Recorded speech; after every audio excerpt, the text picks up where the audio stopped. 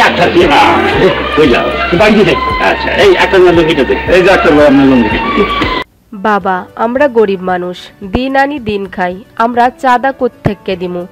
বাংলা চলচ্চিত্রের ইতিহাসে এই সংলাপ শুনলেই মনে পড়ে যায় একজন মানুষকে, যিনি ছিলেন ভিলেনের সামনে অসহায় কিন্তু দর্শকের চোখে এক মহান প্রতিনিধি। তিনি আর কেউ নয়, সৈয়দ আখতার আলী। আবার যখন তিনি বলতেন, বাবা তুমি আমাকে রক্ষা করলা, আল্লাহ তোমারে বাঁচায়া রাখুক, আমি মন থেকে দোয়া করি, তখন মনে হতো এই সংলাপ শুধু সিনেমার নয়, এ যেন বঞ্চিত শ্রেণীর এক বাস্তব আর্তনাদ। সৈয়দ আখতার আলী জন্ম নিয়েছিলেন ভারতের আসামের ধুবড়ীতে 1941 সালের 17 অক্টোবর। পড়াশোনা করেছিলেন চারু ও কারুকলায় ডিপ্লোমা নিয়ে, কিন্তু তার সত্যিকারের শিল্প ছিল পর্দায়, মানুষের মুখ, মায়া, কষ্টের গল্পে। নদী ও নারী ছবিতে প্রথম অভিনয় করেন তিনি। এরপর থেকে একে একে অসংখ্য ছবিতে নিজেকে উজাড় করে দেন। তার অভিনীত সিনেমাগুলোর মধ্যে উল্লেখযোগ্য হলো সূর্যদিগল বাড়ি, সারেং বউ, কি যে করি, নাজমা, ফেরারি বসন্ত, এখনই সময়, নবাব সিরাজউদ্দৌলা, এলিমের গোয়েন্দা বাহিনী, বেদের মেয়ে জ্যোৎস্না, ভাইজান, বুকের ভিতর আগুন, চিত্রা নদীর পারে।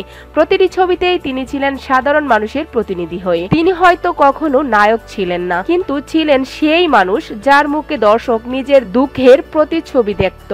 সত্যি বলতে কি, সৈয়দ আখতার আলী ছিলেন এক ন্যাচারাল অভিনেতা, যিনি অভিনয় করতেন মনের গভীরতা থেকে, নাটকীয় নয়, বাস্তবতার মাধ্যমে। 2013 সালের 22 জুলাই টঙ্গীর বোর্ড বাজারে নিজ বাড়িতে বার্ধক্যজনিত কারণে তিনি পৃথিবীর মায়া ছেড়ে চলে যান, কিন্তু তার মুখ, তার সংলাপ, তার মায়া চিরকাল থেকে যাবে আমাদের স্মৃতিতে। আজ আমরা স্মরণ করছি বাংলা চলচ্চিত্রের এক নীরব নায়ককে, সৈয়দ আখতার আলীকে। সৈয়দ আখতার আলী আমাদের শৈশব কৈশোরের স্মৃতিতে বিটিভির শুক্রবারের সাপ্তাহিক ছবি এবং সেই সময় সিনেমা হলের দর্শকের কাছে সুপরিচিত একটি মুখ হয়ে থাকবে। আজ আমরা শ্রদ্ধা ভরে স্মরণ করছি বাংলা চলচ্চিত্রের এই সৈয়দ আখতার আলীকে।